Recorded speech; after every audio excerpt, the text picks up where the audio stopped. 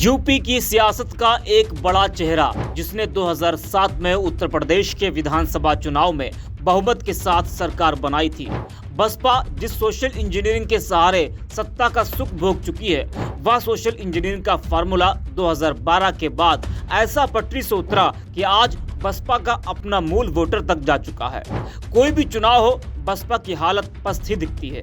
उसके नेता भी पार्टी छोड़कर आज जा रहे हैं। बात लोकसभा चुनाव की करें तो मायावती ने उत्तर प्रदेश में किसी भी पार्टी से गठबंधन नहीं किया है, वह अकेले ही मैदान में है। 2019 के चुनाव में सपा के साथ गठबंधन कर मायावती को 10 सीटों पर जीत मिली थी, लेकिन उनके 10 सांसद में से कुछ ने पार्टी छोड़ दी। कोई बीजेपी में चला गया तो कोई दूसरे दलों में।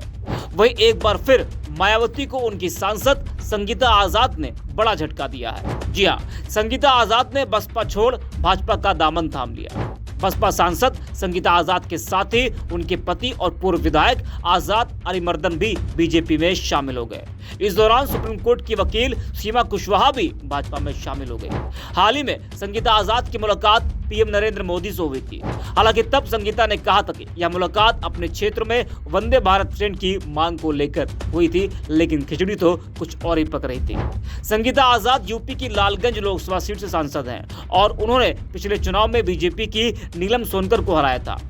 संगीता आजाद के ससुर गांधी आजाद बसपा के संस्थापक सदस्य रहे और इसके साथ ही वह राज्यसभा सदस्य भी रहे। वही संगीता आजाद के परिवार का नाम पूर्वांचल की राजनीति में काफी है और उनके परिवार को दलितों का बड़ा नेता माना जाता है।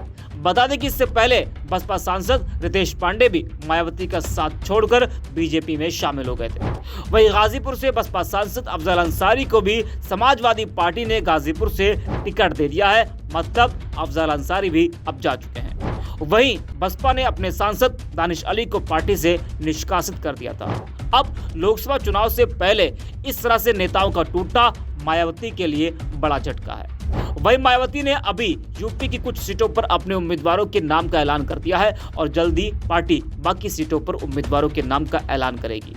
सोशल मीडिया पर भी लोगों की प्रतिक्रियाएं देखने को मिल रही है। जिस तरीके से संगीता आजाद ने पार्टी छोड़ी, बीजेपी के साथ चली गई, उसको लेकर सोशल मीडिया पर भी लोग अपनी अपनी प्रतिक्रिया दे रहे हैं। केदारनाथ लिखते हैं कि आप अपने दिमाग से सोचो, अगर बसपा सही दिशा में काम करती तो शून्य पर कैसे होती।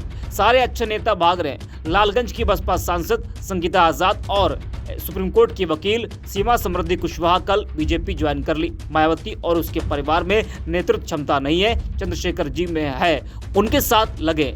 दिनेश कुमार लिखते हैं कि आपको याद होगा 18 मार्च 1956 को आगरा में बाबा साहब अम्बेडकर ने कहा था कि मुझे मेरे समाज के पढ़े लिखे लोगों ने धोखा दिया है, और देखो आज के दिन 18 मार्च 2024 को पूर्व आईपीएस आरएस प्रवीण, एडवोकेट सीमा कुशवाहा और सांसद संगीता आजाद ने बाबा साहब को धोखा दिया। मनीष लिखते हैं कि संगीता आजाद के पति देव को विधानसभा में करारी हार मिली थी, उसके बाद उनका सत्ता से मोहभंग हो गया। अब कहीं संगीता का भी वही हाल ना हो, इसलिए सत्ता की सुख की टॉनिक बीजेपी में शामिल हो गई, क्योंकि इन्हें भी पता है पार्टी का सहारा जरूरी है, निर्दलीय तो कुछ नहीं हो सकता इनका।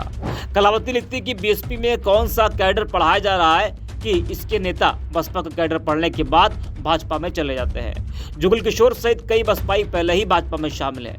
आजाद अरिमर्दन और सीमा समृद्धि कुशवाहा भाजपा में शामिल हो गए। तो इस तरीके से सोशल मीडिया पर लोग अपनी अपनी प्रतिक्रिया दे रहे हैं।